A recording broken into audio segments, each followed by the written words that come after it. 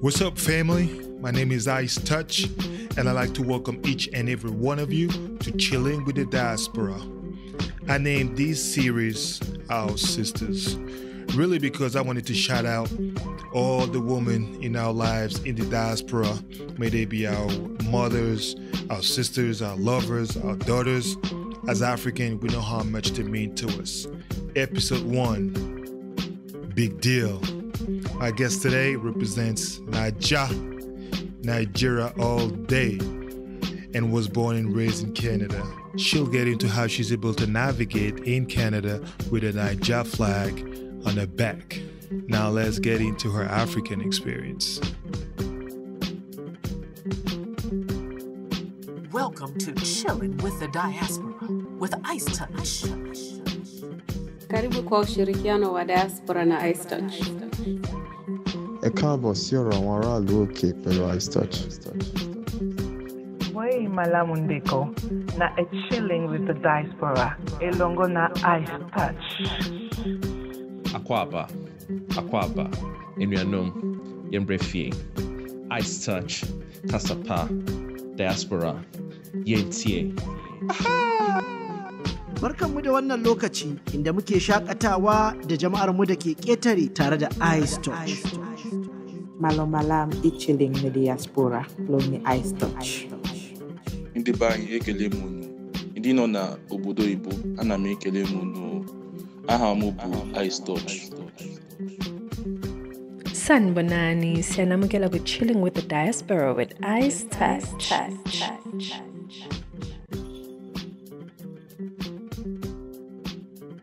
Welcome back, everybody. This is Ice Touch. You're on Chilling with the Diaspora, and we are with Vicky today. How you doing, Vicky? I'm doing well. How are you? Doing fantastic. Can't complain. Thank you.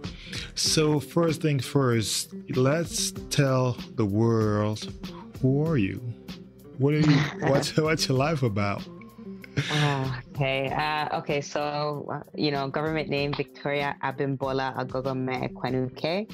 It's a mouthful. Born and raised in Toronto, Canada. Family's from Nigeria. Spent majority of my adult years in the U.S. Did both my undergrad and grad in the U.S. and started my career in marketing. That's a little bit about me. Oh, that was nice and sweet. Can you repeat your name? I don't think I got that right. Victoria Abimbola Ogogome Ekwenuke. Okay. Just from the little bit that I know about Nigeria, there's a meaning to Ola, or no? Yes. So depending on what tribe you're from, they would say Olu in front of lots of names. It's really just God. Oluwa is God. But my parents are actually, I'm from a mixed I'm from a mixed tribe, I guess you could say. My mom is Yoruba, my father is Isoko. So Abimbola is Yoruba and it means born into riches. Agogome is Isoko and it means joy. Fantastic. That's a lot of great things coming up or that you've been through already.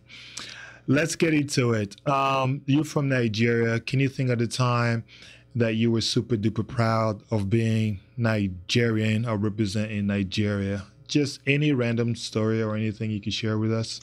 I think one comes to mind. So, like I said, I was born and raised here in Toronto. My family's Nigerian, and going to school, there weren't too many Nigerians in my school. I currently live in Ajax, which is in the suburbs of Toronto.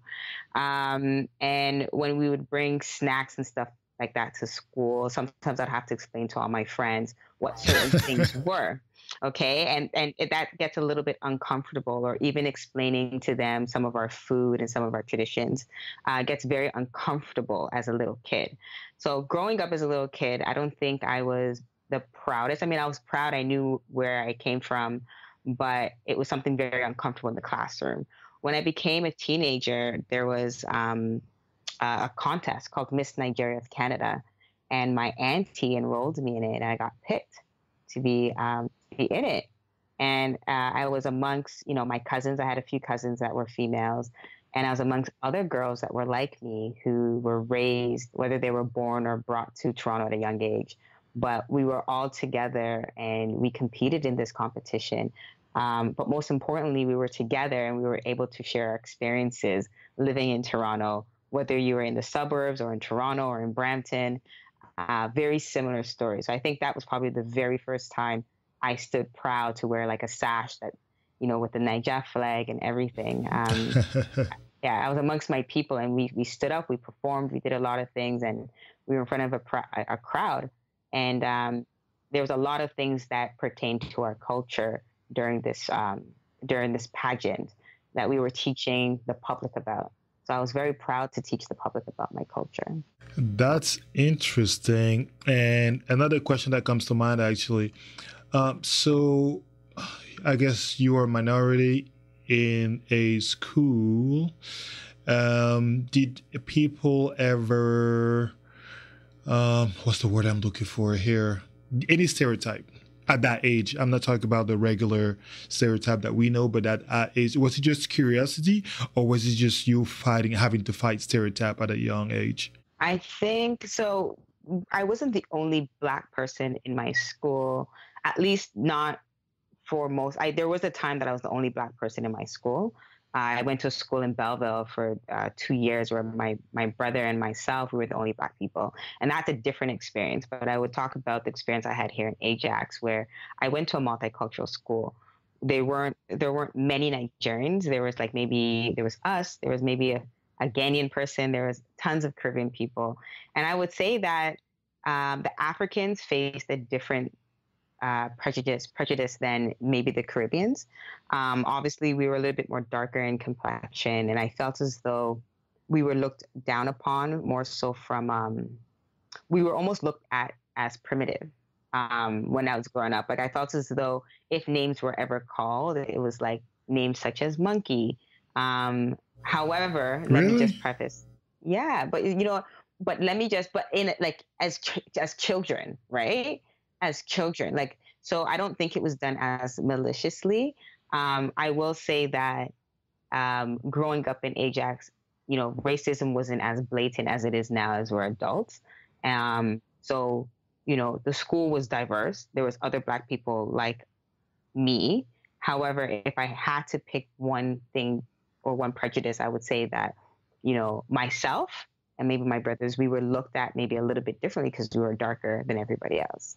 That's compared to maybe the Caribbeans, maybe compared to the Caribbeans or compared to like the West Indians, we were just darker and we looked a little bit different. So, you know, we were always pinned as Africans. And when you think about Africans at a young age, you think about zoo animals and monkeys and things like that such. Yeah. Right. And the reason why I wanted to know a little bit about that story at an young age is usually kids or, you know, children, they're kind of ignorant, maybe, naive, I guess is a better word. So they may be posing questions, not knowing about all the prejudice or the stereotype, which is probably a different state as in when you're an adult, and then at least in theory, you're supposed to be more conscious of the, stereotypes and all that. So thanks for sharing that story. On a different note, who's your most, I guess, your role model, or who's the Nigerian that you're most proud of all time? Your favorite Nigerian, let's put it that way. My favorite Nigerian, wow.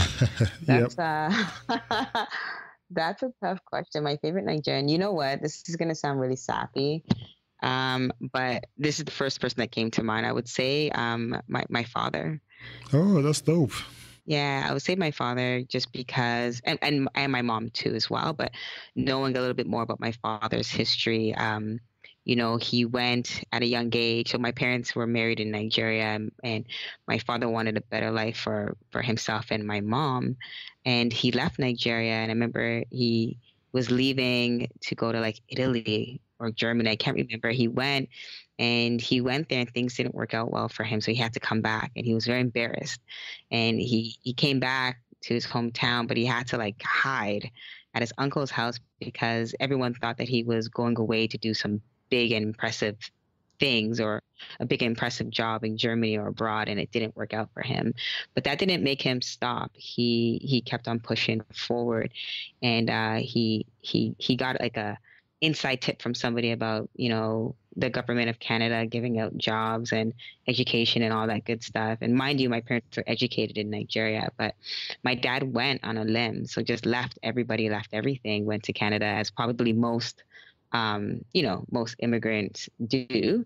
So, you know, he's not special there, but, you know, he went without his wife, and he went by himself. And he always shows me the places where he used to live, like, oh, this is my very first apartment, or this is what I used to work. My dad used to work 5 jobs, you know, at the same damn time. At the same damn time, yes. Wow. And growing up, you know, we knew we would see dad on Sundays, but like during the week, by the time we fell asleep, you know, or by the time he was coming home, we were already asleep. But I'm talking about like a hustle and grind like no other, that I don't think we even could attest to, because, you know, they fought and he's still fighting and my parents are still working, but they fought to create this life, that a life for us. And it's funny because I look at where we are now, and you know, we're middle class. It's, you know, pretty comfortable. Like, you know, we all went through school, we all went to university, we all have, you know, decent paying jobs. But to hear that story, and to hear the struggle, and to hear kind of all the things that they had to do to make sure that we were okay, you know, even before we were born, like, it just sounds like, why would you do that? Like, you know what I mean? Like, Yeah. What was pushing you to do that? So every time, like, you know, every time I encounter anything that's difficult, or anytime, you know, I think back to, like, you know, and this is back in like this is a long time ago. My parents are in their like 60s, 70s. So this is a long time ago. So you think about, you know, you think people are racist now. I mean, racism was clear back then, right? You think about, you know, being passed over, being looked over for a job that you clearly are qualified, but because you're not from this country, you don't get it. Like, that was more prevalent then. So I'm sure I'm not giving the story its justice that it's due, but I've heard the story, and I've been back to where my parents were raised, and I see where we are living now, and they've come a long way. And that type of hustle, I respect. That's so powerful. Yeah, I guess I named a celebrity and stuff like that, but I gotta look at what's fueling me and fueling my dreams. And that's it's important. My parents. And that's really important and powerful. And I'm so inspired. I don't even know. You just got me, you know, kind of speechless now. But let's continue on just that. You said so many good things there.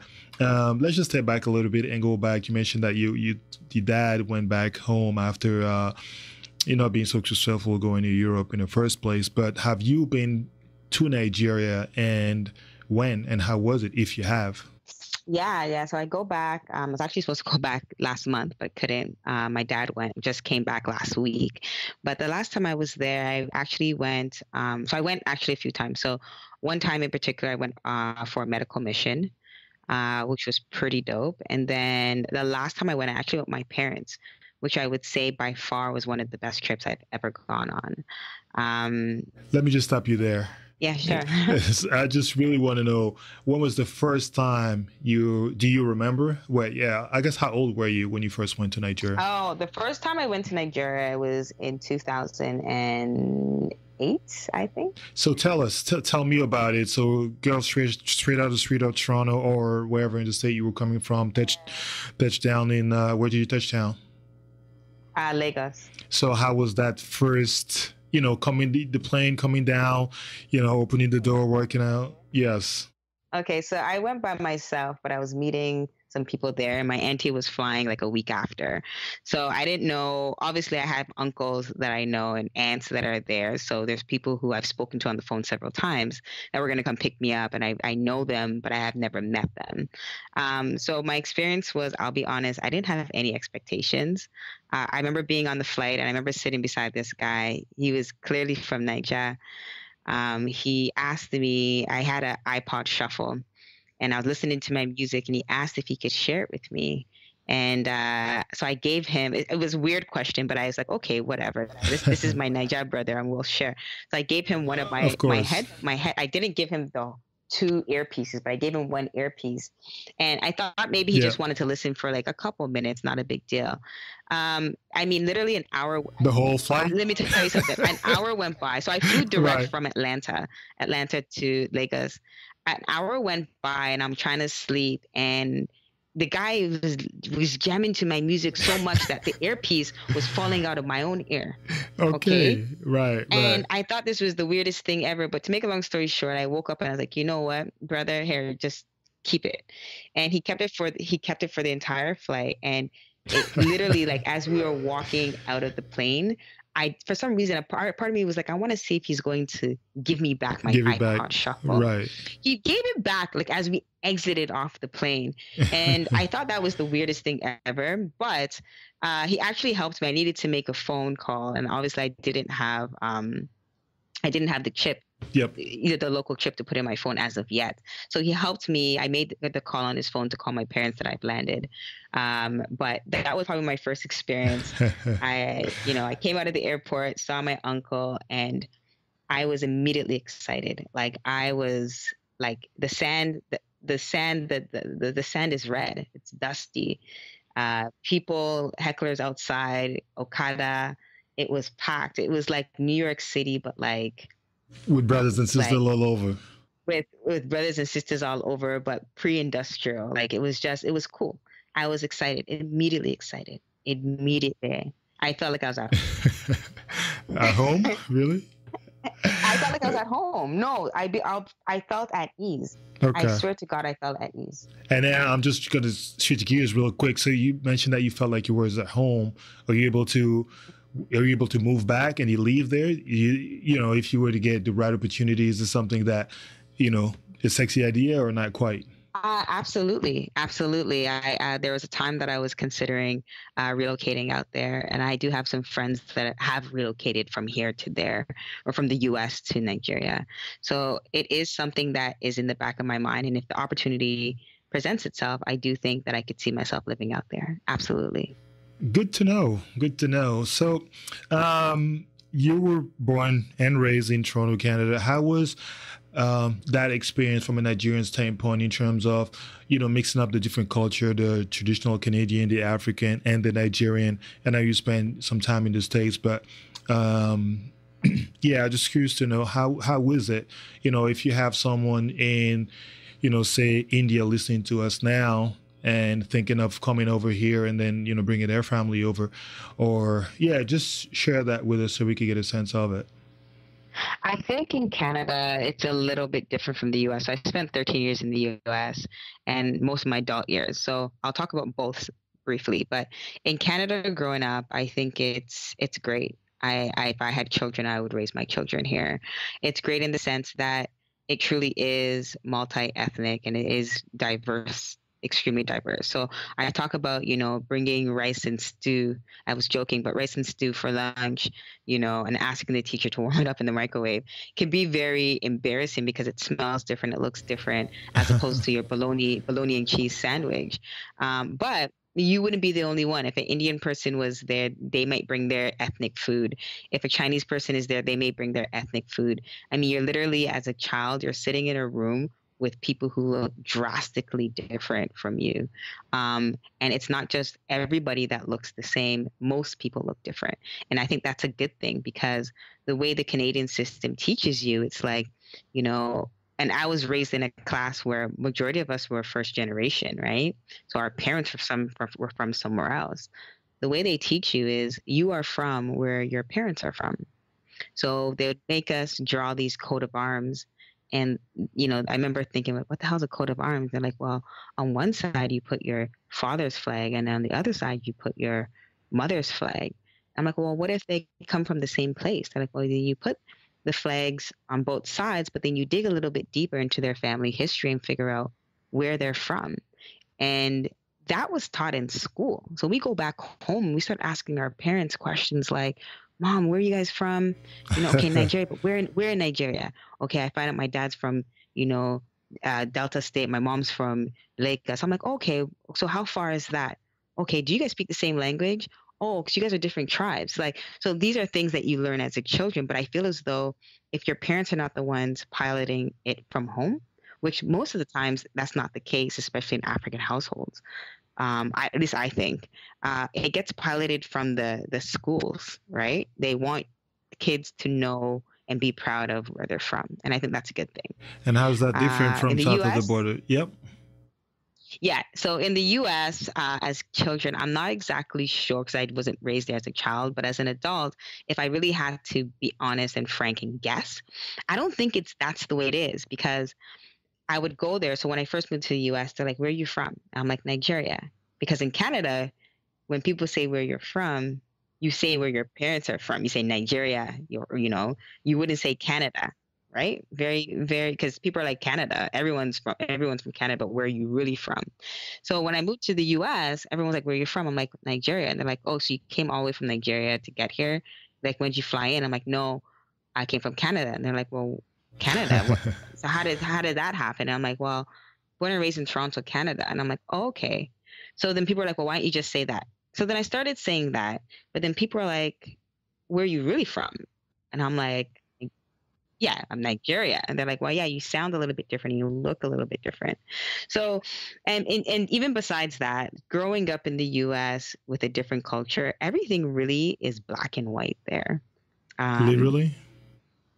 You know what? When I first moved there, yes, you're either black or you're white.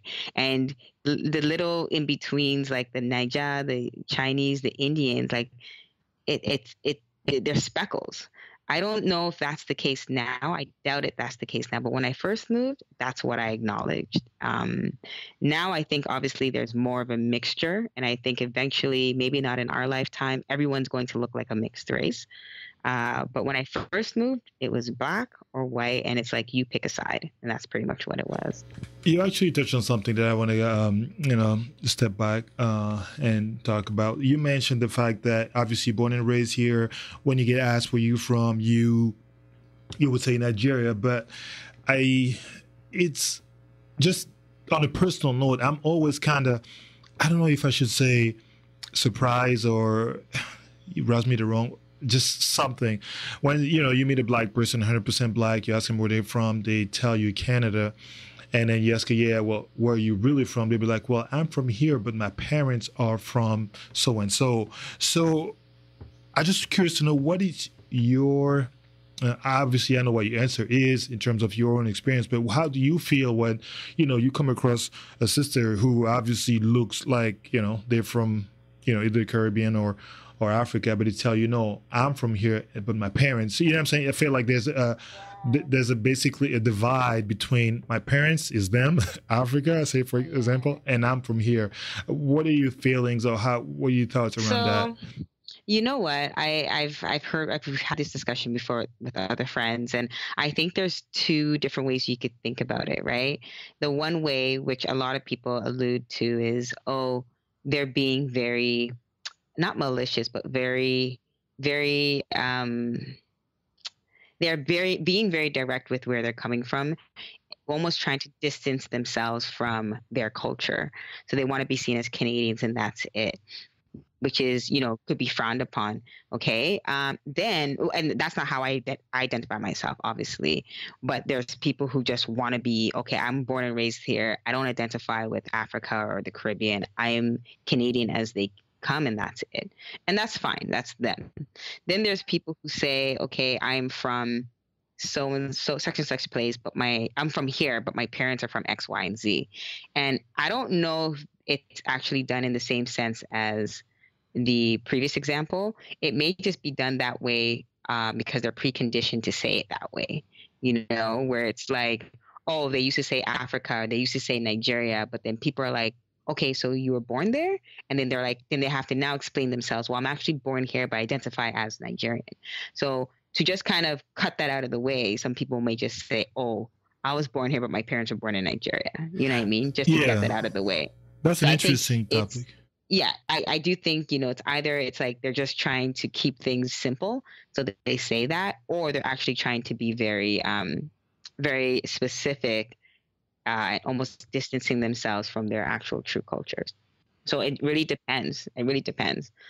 Yeah, because in the beginning, I have to admit, I was kind of struggling with it. But it's right. The more I talk to people, the more I get into the why, and given, providing that answer, the more I get to okay, it makes sense. That I'm saying, like, don't judge them because they say that there is some background, and it's not black and white, so to speak. It's not black and white. Yeah. Definitely. And I just want to touch also on the fact that I think you are pretty heavily involved in Nigeria. Can you touch on that a little bit? Because it's interesting, I think. Yeah. So obviously, I already told you that I respect my parents a lot, and I respect what they do. I respect the fact that they've done so much to get us to where we are today, and they're still hustling. They're still doing their thing. Both of them are from two different tribes, like I said, and they both belong to their cultural groups. So my father belongs to an Isoko group, and my mom belongs to a Yoruba group. So what does that mean? What does that mean? An Isoko group and a Yoruba group? Okay, so for example, the Yoruba group is called ECI, so Echo Club International, and what this pretty much is, it's a nonprofit organization that has chapters all over the U.S., London, and obviously in Toronto here. And what they do is they get together to help empower the economic status in Lagos in particular. So a lot of people, they leave at a young age, or they leave at an older age. They come to the US, or they go abroad to make a better life for themselves, similar to what my parents did. They gain education, and they're in a position where they could either use their knowledge or they could use the things that they've received to help back at home. And this is just the means. Both groups are just a means, a nonprofit means to help people back at home. So, for instance, like I said, we went on a medical mission. We would team up with the Lagos state government, and we would go to surrounding villages for 7 to 8 days, maybe sometimes even 2 weeks, and we give free medical attention to any and everybody. Another thing that we do, we donate wheelchairs. There's something right now where they're building homes for people. They just built a clinic. So that's what the group does. Me in particular, I've been a part of both groups for a long time from a youth perspective. And initially it was like, I just want to get all of my young brothers and sisters together so we all know who we are and we can all hang out and chill and share stories. Then it's grown more than that now. It's like, okay, like I want to really help. So I have a small little business where I sell Ankara skirts. That's one way to help.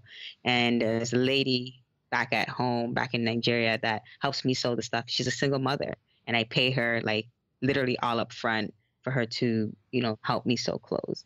Another way is I have cousins who are extremely smart, and they want to go to school in the U.S. And I'm like, well, no problem. I will get you the SAT books, the GMAT books, whatever books you need. And I'll be here standby, and I'll help you study for the test. I'll help you with the application process. And furthermore, I'll help you with the schools and the application process. And whomever you need to talk to, I'll be there to kind of help you. So these are kind of some of the things that, like, I cannot forget what my parents have done. And they're lucky because they still have brothers and sisters who are still back at home. So we can't forget them. You know what I mean? Because honestly, it could have been my parents who were left back at home, and me still back at home trying to fend for myself, but that's not the case. I definitely have to. I don't even know what to say. Like, this is powerful. This is inspirational. I feel like, giving you a lot of shout outs out there, man. That's really dope. But I definitely want to come back to, you doing all that good stuff for the community back home. How is that perceived from their perspective, right? Because we understand your perspective, but I just want to know from their perspective, are they genuinely understanding why you do it and accepting it as is, or are they looking up to you in a different way? Define different however you want to define it. I'm just curious to know, do you have a sense of their perspective? Yeah, I think that's a good question. So it differs. I think it differs depending on what we're talking about. So the medical mission, yeah, people are super appreciative. This year we had a media team that went around interviewing just random patients, and they were beyond appreciative. Like, we did emergency surgeries and we did a lot of stuff. So that, yes, appreciative. Now when I talk about the single mother who's helping me sew skirts, super appreciative, because I'm giving her a lot of money. And if I had to look at it and tell you, you'd be like, oh, that's not a lot of money. But to her, it's a lot of money. I'm giving it to her up front. I could have, I have a business background, so I could have done a bidding system. I do know people who sew out there, and probably could have done it for a lot cheaper. But she needed it more than a lot of other people needed it. So that's that. Then if you think about, that's the skirts. So if you think about the education piece, now this is where it gets a little bit wonky. They have to want it, because I have some cousins, and I don't mean to be very, very pessimistic or negative, but there's some cousins who, they're so used to their lifestyle out there, they will say that they want certain things, but they're not willing to work for it. Okay? They're not willing to work for it, and they look at my efforts as, like, they almost want the easy way out, and they look at me as an easy way out. And I try to tell them over and over again, this is not an easy way out. This is just, yeah, I could help you, I could assist you, but you're gonna have to work on your end as well. You're gonna have to meet me halfway. Actually, more than halfway. You're gonna have to meet me 3/4 of the way. I'll meet you 1/4 of the way. So, and whether they're game with that or not, you get a lot of people, and not a lot, sorry. So this is just a few people that take that for granted, and they're like, you know what, we're better off out here. We'll continue doing what we're doing to make our money, which is inevitably not the best way. And then you have other people who are doing everything that they can to study that book, and doing everything that they can to take the test, and they're excited. They're happy. They're happy that you're helping, So it really just depends. Yeah, but that's good. It's good because I'm a bit conflicting at times in terms of, how to help. Right, because you don't want to help, and for it to be perceived as, okay, you're coming from the other side of the world, life is good, just give us a little bit of what you have, because you have too much of it. And on the flip side, you just don't want to have them, what's the word, suffer when you could just give them a hand. So you got to find that middle ground, essentially, so you can feel and you can sense that, yes, they do it, they give it 110%, and on the flip side, they're being compensated for it. So thanks for sharing that, because I was interested in your thoughts on that. Ever heard of a Johnny Just Come? Oh, of course, JJC. Of course. so tell the word, what's that expression about? Okay, so JJC, Johnny Just Come, aka Fresh Off the Boat, is like somebody who just came from abroad but doesn't really know the lay of the land. So they just step off the plane, and, like, let's say, for example, in Naija, and these are some stereotypes, by the way, so please don't judge me. I hope nobody hates me later on. But, like, in Naija, there was a time when, it's hot year round in Nigeria, but if you have a winter jacket, let's say one of your cousins sent you a winter jacket, you just may wear that winter jacket because it's cool. Like, I've seen pictures of people wearing, like, FUBU winter jackets, like those big puffy ones, in the heat in Nigeria. So, and because they just think it's cool, they have it. And this is probably a long time ago, maybe not now. People are a little bit more up to the times with the internet and whatnot. But, they step off the plane, and let's say it's summer here, like dead summer. They may feel compelled to still wear that winter jacket because, it shows that, this is something of value to them. I'm laughing, but I don't know. But it's just pretty much JJC, Fresh Off the Boat, is just somebody who comes to, to another country, let's just say, first world country, and they just don't know the ways of living in that country. They're just a little bit fresh behind what is it? Wet behind the ears, for lack of better words. New, very new. And is it a Nigerian term, or is it? Have you ever heard it outside the Nigerian community? So no, I've never heard it outside the Naija community. I hear it a lot because my parents say it a lot. Oh, and they say it to us kids. Yeah, they say it to us kids to be like, see JJCs. Like they'll say it like just because as a joking matter. But no, I don't think I've ever heard. I mean, I've heard West Indians say fresh off the boat, and I think that's very similar to JJC. But no, I haven't heard anyone else, any other culture say JJC. Maybe Ghanaians use JJC. I have no idea. Okay, another one for you. So you really, I could tell, strong and deep into your own culture and identity. Let's just take this scenario. You marry someone, say they're not from Nigeria, or they say they're American, but you definitely want your kids, you have kids together, you definitely want your kids to have that Nigerian imprint, that Nigerian culture. How do you see that happening? What kind of advice would you either give to someone or even for your own self to make sure that they know about, Lagos and, all the different states and all that good stuff? And, but they're born and raised in Canada or in the States, because it's different. In your case, your parents were fresh off the boat, so to speak, but you're not, right? So how would you tackle such situation? Okay, very good question. So first and foremost, it doesn't matter who I marry. It doesn't matter who I marry, they must know that my children, first and foremost, they will have Nigerian names, number one. Number two, they will be eating pounded yam and okra before they're 1 year old, whether they like it or not. Number three, all right. they will know how pepper tastes before they're one. Number four, they will appreciate Naija jollof, not even Ghanaian jollof, Naija jollof. They will appreciate all this before the age of one. Okay? Before the age of one. All right. All this before the age of one. So by the time they're 1 year old, the Nigerian will be instilled in them, regardless whether they like it or not. No way around it. Okay. whether they like it or not, I'm joking. Okay, That's to be clear. Completely serious about your question. Right. I think both partners have to be very open. Like obviously my parents come from two separate tribes, so there's some traditions that my dad has and traditions that my mom have, but they have to make it work together, and we don't know all the traditions. They kind of had to come together and pick and choose which ones we're going to learn and what's going to be at the forefront. So I think just having an open mind and not falling to the pressures of, I guess you could say, and this is what I would do. I wouldn't fall to the pressures of kind of like outward traditions. I would just do what works for me and my partner. Like I know I want my kids to eat Naija food, so that's important to me because I eat Naija food. Can you cook Naija food? That's something I would cook. Are you okay? I'm just checking, girl. I know. Okay.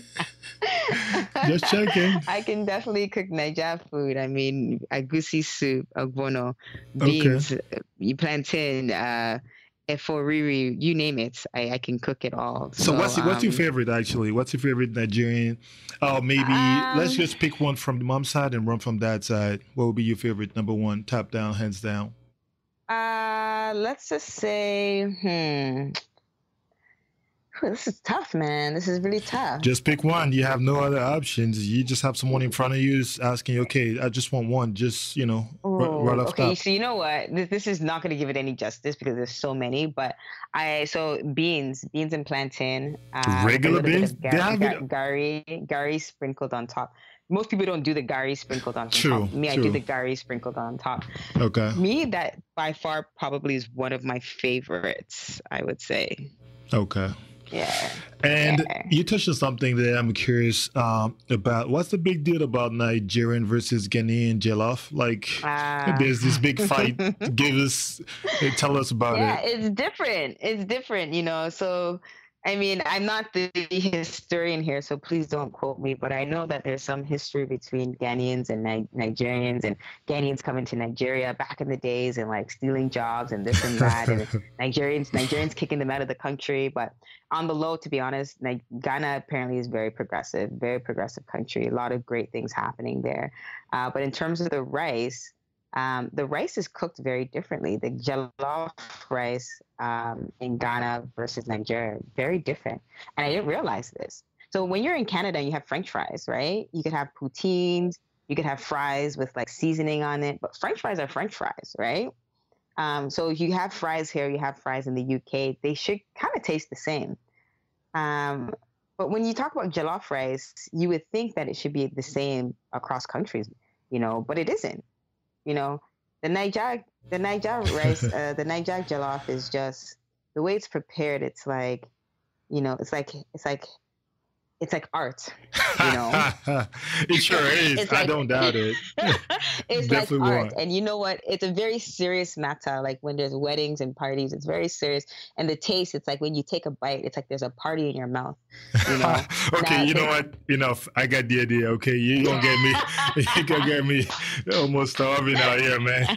I got the idea. All right. Okay. You just have. You know what you should do one day. Just go and try Ghanaian, go and try, Naija, and then you can come up with your own. Yeah, that's definitely the best way to go about it. Yeah. Definitely. One more thing. I know we are coming pretty much to the end of it, but I definitely want to touch on two things. One, there is, I think, it's a stereotype, but let me hear your words on it. Pressure from Africans or Nigerian parents to get married. Is that a true? And then not only to get married, but to marry to your own, or to get to marry to somebody who's successful and all that stuff. What, or maybe your thoughts? Maybe not your experience per se, but your thoughts and from what's around you. So you could definitely have an entire podcast on this. This is very true. And this is very true. The parents are very concerned, especially with females. I have 3 brothers. I'm the only girl amongst 3 boys. And, no pressure. The pressure to get married is on and popping from the time you're like 21, 22. And it's weird because in a strict Naija household, you're not allowed to go to parties, you're not allowed to hang out with boys, you're not allowed to be on the phone with boys. It's like they isolate you from boys. And even the boys that you do know, they're your cousins, so don't look at them that way. But then it comes to a point in your life where it's like, oh, you see your mates, they're already married with 3 children. Okay, so when are you going to give me grandchildren? So what was wrong with that boy? Like, they just get really involved in your life, and they really want you to marry. Even to the point where, like, my father has given up my number to random people several times. I know it's not funny, but sorry. I could laugh at it now, but the situation's not funny. Or I come home and there's a random, there's like my parents' son sitting in the living room having a beer with my dad, but his parents are nowhere to be found. So he's just here by himself. Like, okay, so now he's here to spend time with my parents. Like, what's going on here? And my parents will call me downstairs. Oh, come sit down with all of us. Like, for what? And that's in Toronto, Canada. Yeah. That's not in the street of Abuja or the street of Lagos. That's right? In Toronto. That's even in Ajax. Not even Toronto. That's Ajax. So, so it happens. And don't get me wrong. My parents, I think they're a little bit less traditional. They definitely do want me to get married and settle down. And although they're not in my face about it, they kind of on the low do things to kind of, drop the hints. That makes any sense. That's cute. Okay. And another thing that I want to touch on is another topic is, so today at this point of your life, what are your the good, the bad, and the ugly of being Nigerian today in your reality?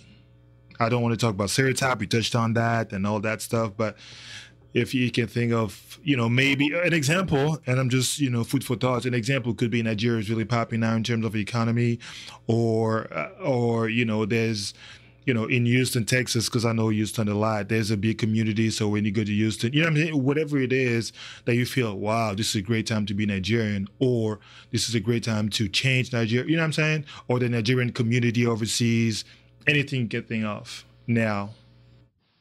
Okay. So the good is, I would say, especially in my career, we're seen as, I mean, obviously there's still racism in corporate life, but you know, as Nigerians, we're super smart. You know what I mean? So that stereotype sticks with you everywhere you go. The bad, I would say, and yeah, obviously to your point too, like, you know, it's cool to be Naija, but I've been Naija since day one, so it was always cool for me. It's not just cool now in 2016, it's been cool back then, but people are now just catching on, so whatever, it is what it is. The bad, I would say, you know, in every Naija household, you have to fry plantain. And when you fry plantain, the smell stays in your hair, it stays in your clothes. So managing that, I would say, is the bad.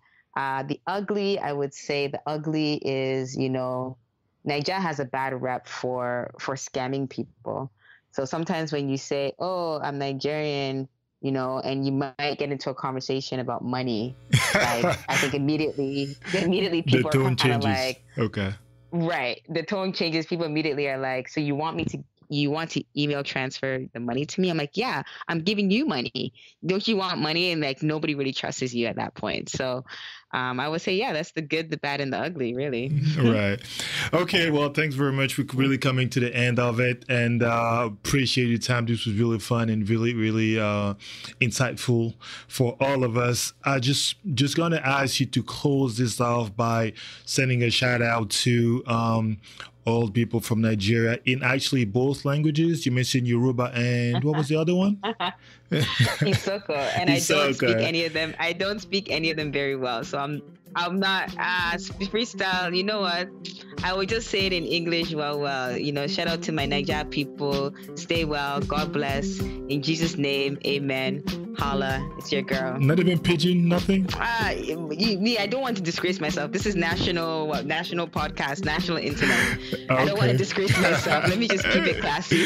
Thank you. All right. Thank you very much. Appreciate it. This was fantastic. All right. Thanks, everybody, for joining us once again. We're in the streets of Nigeria to Canada today, and we'll see you in our next journey. Peace. That's a wrap. Till next time.